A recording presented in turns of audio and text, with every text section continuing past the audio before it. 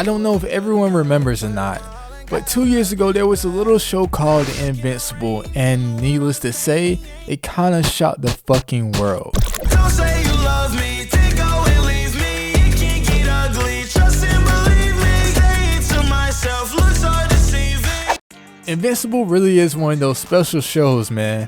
Don't think there's been a superhero show that I've watched since that has swept me off my feet quite like this one did. Well, I did watch Daredevil for the first time over the past year, so there's that. But as far as animated superhero shows go, oh yeah, this one is by far the standout. And speaking about that, it really did reshape the fucking genre with how gruesome and absolutely brutal it was. Definitely earned that hard R rating and grotesque. So everyone, my name is Mayel, and if you love this show like me, then stick around for the vid, as we dive back to 2 years ago to talk about a show called... I promised myself I wasn't gonna do that overused gimmick, but anyways, let's get into the vid. You guys remember episode 1? Because I remember being thoroughly shocked watching Omni-Man literally crush everyone's head. I never read the comics, so when I saw this Dispatch band of Justice League characters get absolutely violated, my jaw was on the floor immediately. Like, holy shit, way to set the fucking tone, Amazon Prime. I think the most interesting storyline in these first 8 episodes by far is why did Omni-Man do it? Because we saw him do it, like I absolutely saw him shit on discount Batman with my own 2 eyes. But why, man? Was it a clone of him? Did someone threaten Mark or his mom? I remember thinking all of these thoughts just to find out later that the guy just wanted to. Yep, the guy's just a fucking psychopath Nazi with the powers of Superman. Remind you of anyone? Actually, look at me. But yeah, watching everyone slowly try and figure out piece by piece to who killed the Guardians of the Globe was good shit. Because once again, we know he did it. But it was so captivating watching characters like Cecil and Debbie find out on their own and ask themselves that same question of why. Why? Why? How could you do this? I just want to know why. It made for a great and thrilling mystery that got more and more tense the more other characters got let in on a secret with you. And let's talk about Cecil for a second. How badass is this guy? The guy didn't even trust Omni-Man from day one, kept everything up his sleeve, constantly stood next to the guy after finding out that he was the most likely suspect and still tricked him into thinking he didn't know. Dude deserves the fucking MVP for the shit he did in these episodes. I want Cecil on my fucking team for any scenario. I've faced death more times than I can count, but I'll be damned if that didn't put my balls in my throat. And I think I really had to give a nod to this show for giving the Guardians of the Globe some meaning before they got cut loose. We get moments with characters like Martian Man where we feel the care he shares for this little girl, or we take a second to understand Red Rush and the relationship he has with Olga, so that when we do see them get treated like rad dogs, we actually care.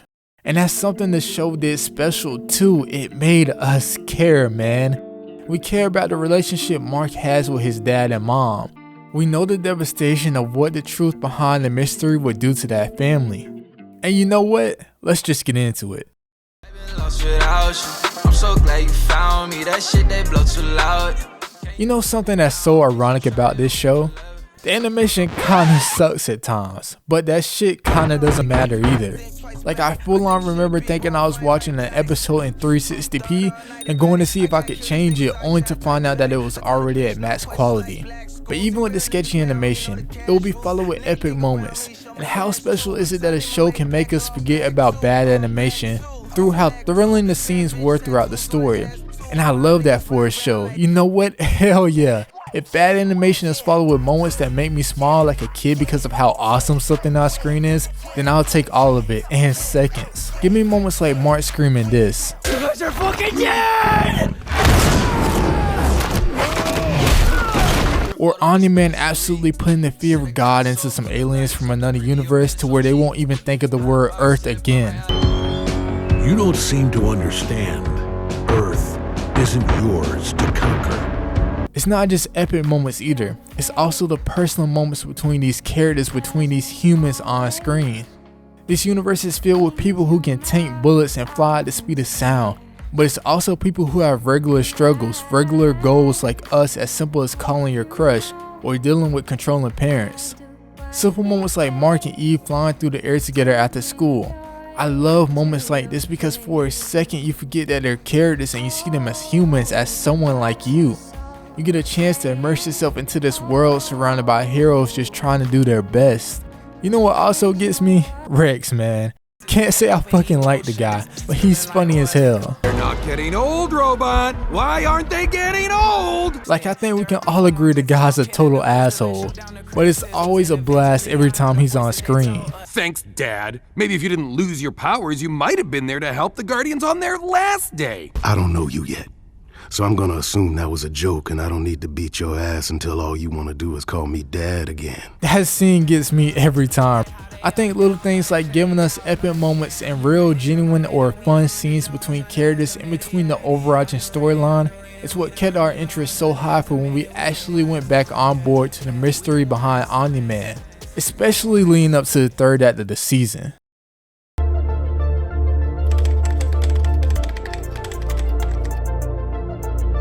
The third act of the series. What a damn ride. We've been asking ourselves all along why Omni-Man did it.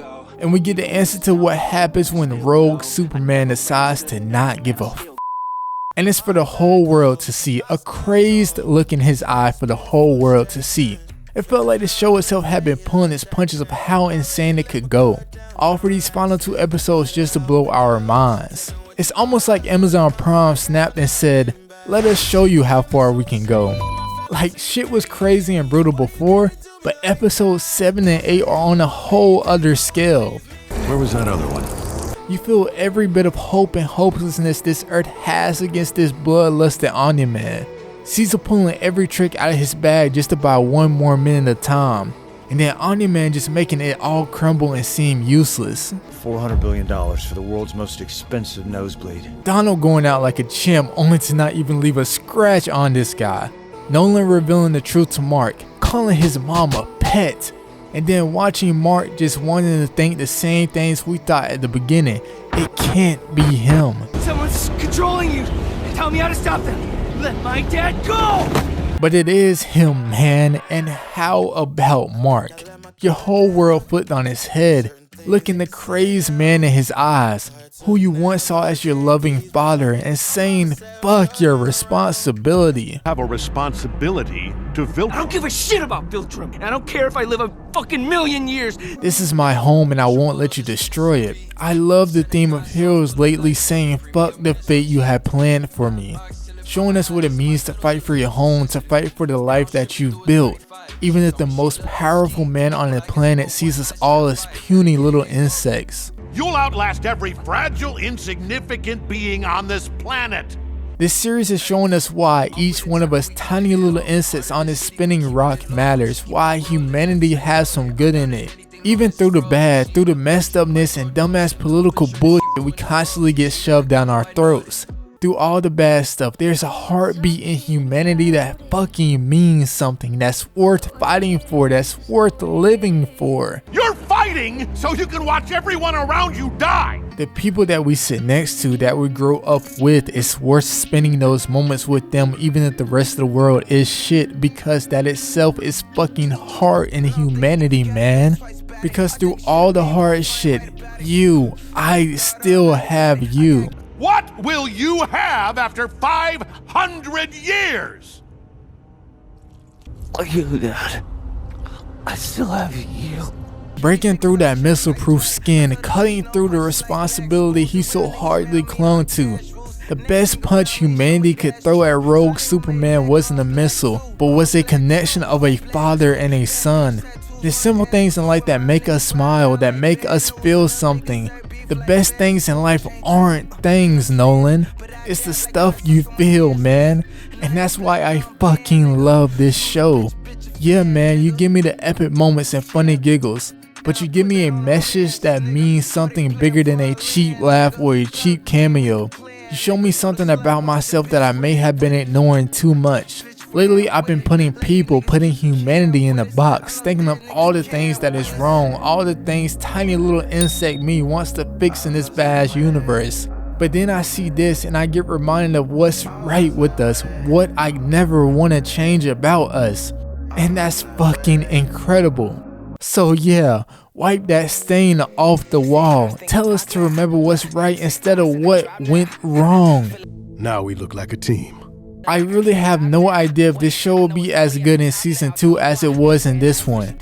But what I do know is that I will always remember this 8-episode season ride as forever being incredible. What's up everyone, thanks for watching. I hope you guys enjoyed that video. Let me know down in the comments what you guys thought about it and the show Invincible overall. Speaking about things coming to the channel in the future though, I'm looking to do a video on Rocket and Guardians 3, and I'm also kind of looking to do a video on Oppenheimer, but we'll see how that one goes. So yeah, that's gonna pretty much wrap things up for this magnifying moment, and until the next one, I'll catch you guys. See ya. Underrated, we the underdogs, underestimated. Underrated, we the underdogs, underestimated.